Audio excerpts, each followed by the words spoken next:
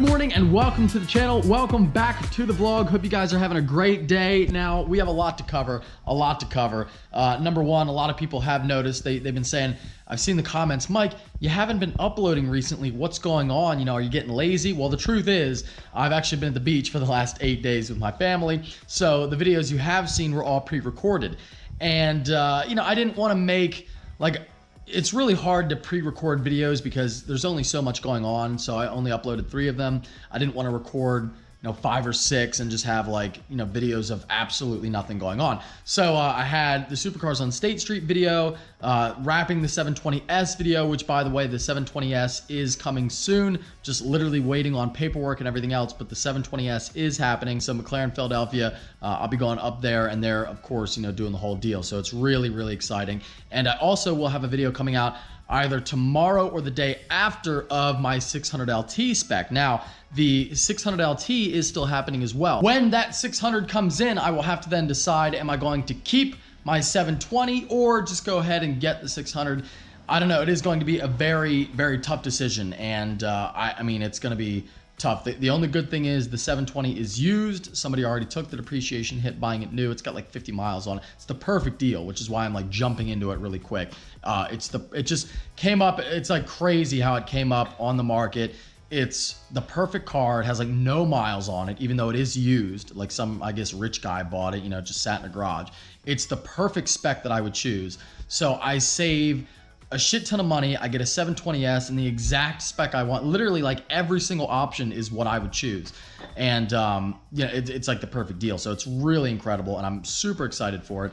But it is going to be tough to decide between the 600 that I spec'd and built and have been looking forward to, or I mean, who knows? Maybe I fall in love with the 720 so much that I just want to keep that. Either way, they're both my cars. I'm gonna start showing my car titles because people think I somehow have like loaner cars from a dealership. The only time it was ever a car that wasn't mine was the first ZR1. It was like I was financially responsible for it if something happened to it, but I didn't do the title work because I had another one coming in. So I just had basically, it was always in the dealership's name. That's the only thing there was. But if I wrecked it or something happened to it, absolutely I would have had to then buy that one and I would be out, a whole ZR1. That's the only, every other car I've ever had has been totally my car.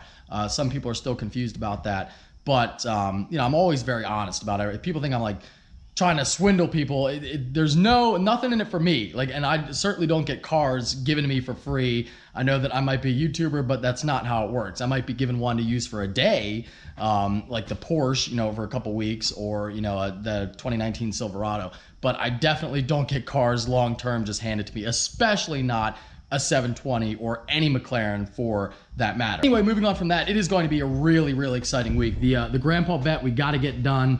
That's got to get finished. Like, I am stressed out. I'm stressed out. I'm not gonna lie. We got to get so much done for the call out. October 20th, Maple Grove Raceway. Already got tons of awesome YouTubers locked in for the event. It is going to be a great time, but this car has to be ready. Steve and I will be working on this thing actually tonight, so that might be in tomorrow's upload. But the beach was really fun. I do have a pretty interesting story though. I brought my quad with me to the beach. As you can see, it's still in the truck. And I was riding the quad, having some fun on the sand dunes. You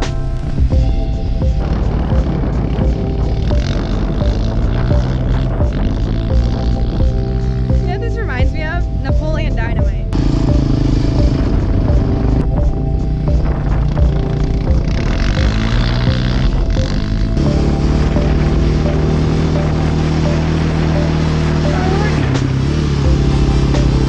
Done riding the quad, it was fun. I was only doing it for like 15-20 minutes and then I was like, well, I'm just gonna walk now and enjoy the scenery and everything. So I go to put my quad in the back of my truck, and as I load it in there, I'm like, these guys come out of nowhere and they look like cops, park rangers, whatever. They come out of nowhere and there's 3 of them surrounding the truck. Of course, I had recorded everything, the riding around, but I just wanted to get some like cool shots for the vlog of me actually riding the 4-wheeler. And I didn't have my GoPro with me. It was in my bag then, which was in my truck when all this was happening. So I didn't record it. I didn't even have my phone. That was in my bag too, so it didn't get sandy. And this is pretty wild. This is like a pretty crazy thing that happened to me. So they surround me, and apparently, a quad matching that description was used in a number of illegal activities in that immediate area. and the quad itself was stolen. So somebody, the business owner called it in, and they thought it was me, obviously, and here I am, and I'm trying to explain, like, no, I'm from Pennsylvania. I don't even live here. I mean, it was a mess. It was a total mess. It took like a long time to explain it. They had guns drawn right away. It was pretty freaking wild. And I'm just sitting here like, what the hell? Like, this is my luck. And I was, I guess what you would call arrested or detained. Well, I was definitely detained. I guess you wouldn't call it arrested, but I mean, pretty much arrested. I don't know. I don't know the exact legal terminology, but I feel like I was arrested. I wasn't allowed to go anywhere. And that was it.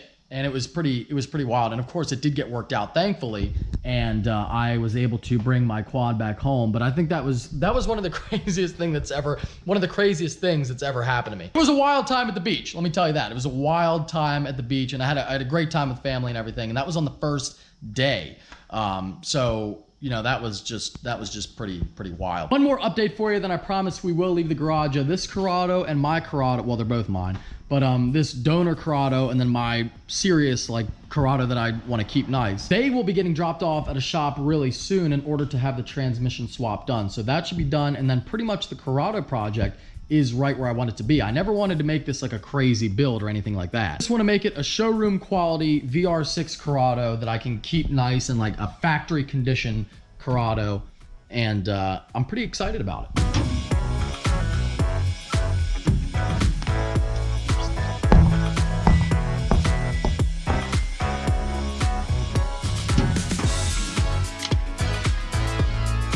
I might have stolen this from the army, but don't tell them.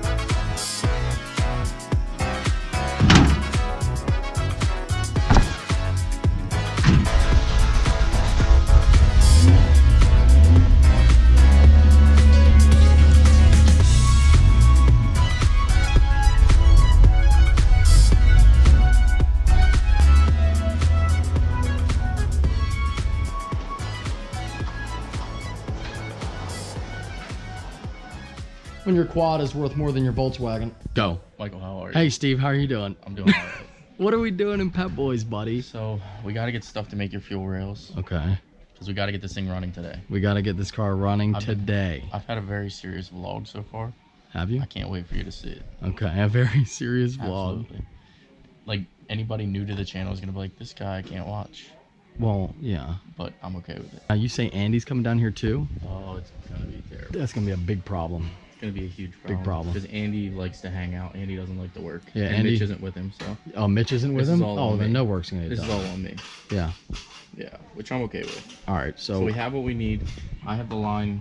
I'm going to give you some of my line. Okay. And then my line should be here before yours. Okay. And then we'll be fine. Okay. I'm ready to go, dude. I'm ready for this car to run.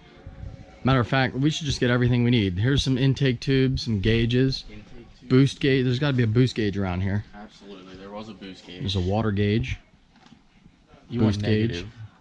Make sure there's a negative vacuum. Yeah, definitely. We're gonna need. There's boost. Yeah, there's boost. Yep, negative vacuum. All the way up to 30. That should be fine. That should be plenty. Mm-hmm. Or we get a really big one for a tachometer. Put that right in the center. It is a race car. So. It is a race car, yeah. Yeah, you're looking pretty dark. Pretty dark? Yeah, like you've been tanning. I was on vacation. That's the real reason, guys. He was on vacation because I've got a bunch of like, why is there no? Oh yeah, I explained it in my vlog this morning. I was like, listen, there's a reason why. Because people are like, what happened to you? I'm like, no, they think that I gave up, which I didn't give up, but I'm just weird. I don't like going to somebody's place. Yeah, yeah. Out the bottom. No, you're good. Is that your piece out there? Which one? This gray piece. The one with the big wide tires on it? Yes, sir. That's mine. Man, I tell you what. You get stuck in that thing, you need to give that up. I've never gotten stuck yet. Okay. Got a compliment on the truck. Unbelievable. I can't go anywhere with him. This is twice now that we've been here for 30 seconds and somebody's been in his face. I like that. That guy's very nice. I appreciate that. It was cute. That's normally the police are stopping me, asking me about my truck. It's a nice change of pace. Normally it's the police who ask that question. Yeah. So. Oh, we got some pipes. We're gonna. It's our turbo pipe. Stick that right into the turbo. I'll be Done. at the cashier station. Okay. Two cool things. Number one, Warthog from Halo. That's sick. But here's my new 720S, guys. There it is, dude. Right there, Steve. That one's not wrapped. In white. Yeah, not yet. I'll wrap it though. Your own undercoating? Yeah. Yep. Okay. Yep. I told you, yeah. Yeah, I mean that's a basically like once a week I'm under there sanding rough spots. And Oh, painting. okay. Yeah. All right. Now, what do you use? I just use, well, Pour 15 is a really good product. If you ever heard of Okay. Pour 15. Okay. But a lot of times I just use like a truck bed coating. Okay, or right. spray it Okay, on there. yeah. That's all. It holds up really well. Well, those guys there really like the truck, and I ran into these guys as well in the Dodge. It's a meeting day at Pet Boys. Really, I guess it shouldn't be that surprising. Like, other people who like cars are at Pet Boys. I mean, that's not exactly shocking. Yeah.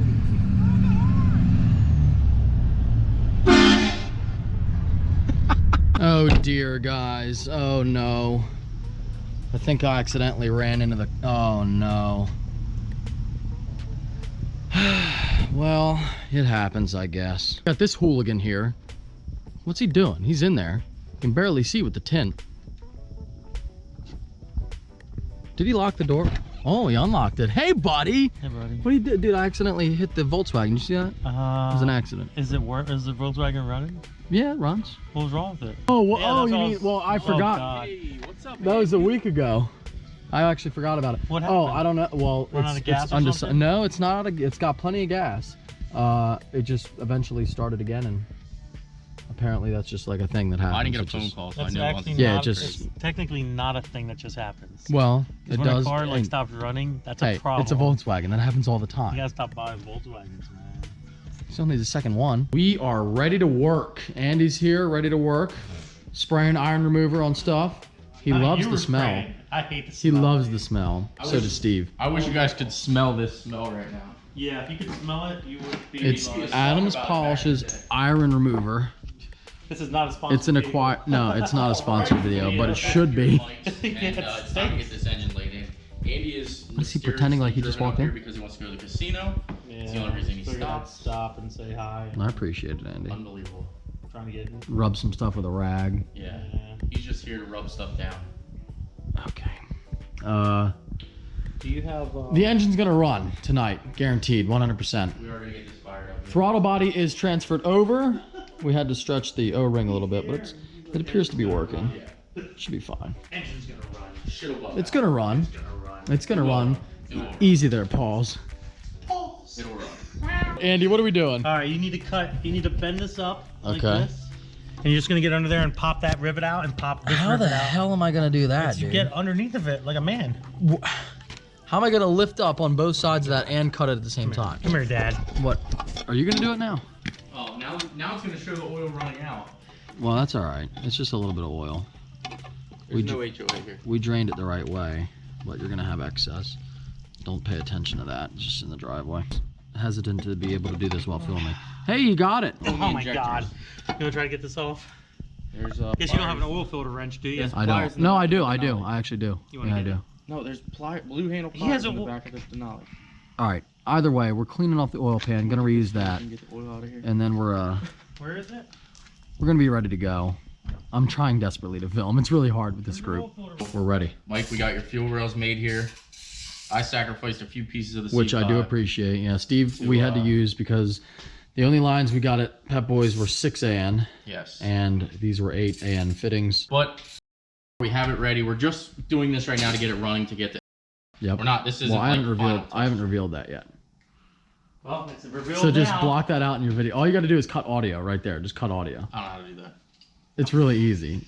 I don't know how to do It's really easy. that. Okay, but, so all we're doing is getting this thing running tonight, yep. and then Mike's gonna reveal some stuff Tomorrow. tomorrow. Stay tuned for that. Mhm. But we're gonna get this thing fired up, guys. I'm excited. Andy's excited. Andy, while I was doing this, Yeah, Andy was getting the nice oil enough to put the and pan everything on. like that. Appreciate it, Andy. I appreciate you coming up, buddy. I know we took you away from your daily duties, but God only knows what he was doing today. Probably nothing. Something horrible. Let's be well, we honest. know he wasn't getting that Firebird running. We know that thing's never gonna There run. we go. Oh shit. It's gonna run. It's gonna rip. Yeah, everybody. 12s. It's gonna run 12s. You gonna be ready for the call out, Andy? Mm-hmm. Okay, buddy. I'll be ready. Dude, your thing's off. Yeah, look. What is Andy's Dude, look. obsession with GoPros and telling people that their shit's jacked up when it's He not? says it to me all the time. He's like, your dude, GoPro's your not even on." GoPro's off. Your GoPro's off, man. You better check it. You What? better check it. Unbelievable. All right, Uh, Look, they're How too close busy are we, Andy? recording and they're not busy How enough close? working. How so close, I'm just Andy? building it a whole fuel system. Hey, I just washed my That's driveway easy. for 3.5 hours. That was a 5-minute job. It took me an hour. It was horrible. What? What? We've been here an hour. Yeah, we have, and that's how you got done. It's not even 3:30. Yeah, Mitch was here. This whole motor be in and running by now. Well, Mitch is a freak. All right. All right. We're can't doing use good. those We're doing good, guys. We're doing good. Nobody's fought yet. We're doing good. Not yet. Would never fight. Yeah, the Texas Speed engine is, I'd say 90%. We're almost there. Now we're gonna put the engine and the oil pan in. We're gonna bolt it up. Then we're gonna put the intake manifold, throttle body, and of course the accompanying fuel setup in after that's already in and bolted up. And then the accessories go on, and that's it. I'm working with minimal tools. Snap, crack, and pop. There you go. I need the 2 10 millimeters for the bottom. It's probably probably one big pop. One big pop. Now come over to help me. Be ready to go. I'm just holding the pole up. Steve's I'm pretending trying that to hold the garage Andy and if I I'm haven't gonna done fall anything down. that's a lie. Could you imagine the damage it would cause if this roof fell down if I wasn't holding this pole? Exactly. That's what I'm talking about. Yeah, man. Like seriously. Oh yeah, Steve, act like I didn't put the thing in the hook right. Yeah, of course. Oh, let me adjust it. Oh, just use your little pry bar over there. This is a very well made engine hoist right here. The actual hoist is what? No, they're just gonna him and then He's having a stroke. I think so too. We better call the ambulance. The Steve, you wambulance. alright, I dude? can see why I didn't want to be here and alone. Oh, Like, come on, We're dude. gonna have to call the ambulance for him. Now wait a minute, folks. This is a big moment. The engine's going up. The engine is going up right now. Actually, don't you want to put it? You don't have a crank pulley for this thing, do you? Don't have a I what? do, but I don't keyed one. Huh? I have it's not two keyed. actually, because your other one's at my house, but it's not keyed. I didn't know it was keyed. Oh, that's not. Oh no, I wanted Steve's gonna have to edit this to make it look like he did it. My camera already sees that I did most It's gonna of it. strip it out. No, it's not. There's so many threads on there. All right, ready? Nope. Give her a heck.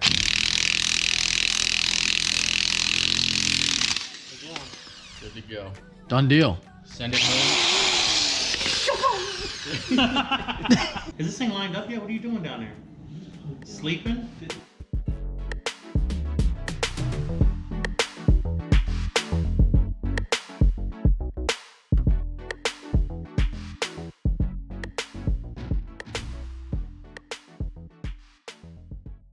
All right, so that is where I'm going to leave you with the Grandpa build for right now, but updates coming at you every day this week. Like I said, I am, of course, back at home, so no more waiting for uploads. I will be back to the daily uploads, like starting today. Although, if you notice recently, I have been taking more days off, but not really days off. Like I'm still filming and just making videos longer. So like rather than a video every single day and it's only like 11 or 12 minutes long, I'll make a video, I'll wait a day and then mesh 2 videos, what would have been 2 separate videos, I'll mesh them together and the video is like 25 minutes long. So I might do that more often. I've been doing the daily upload thing for like a year and a half, 2 years almost, and I love the challenge of creating a video every single day. Like I love the creative challenge of that, but also it's kind of nice to like switch it up and just do something like I'm doing now where maybe I do take a day or 2 off a week or a break in between the videos and then combine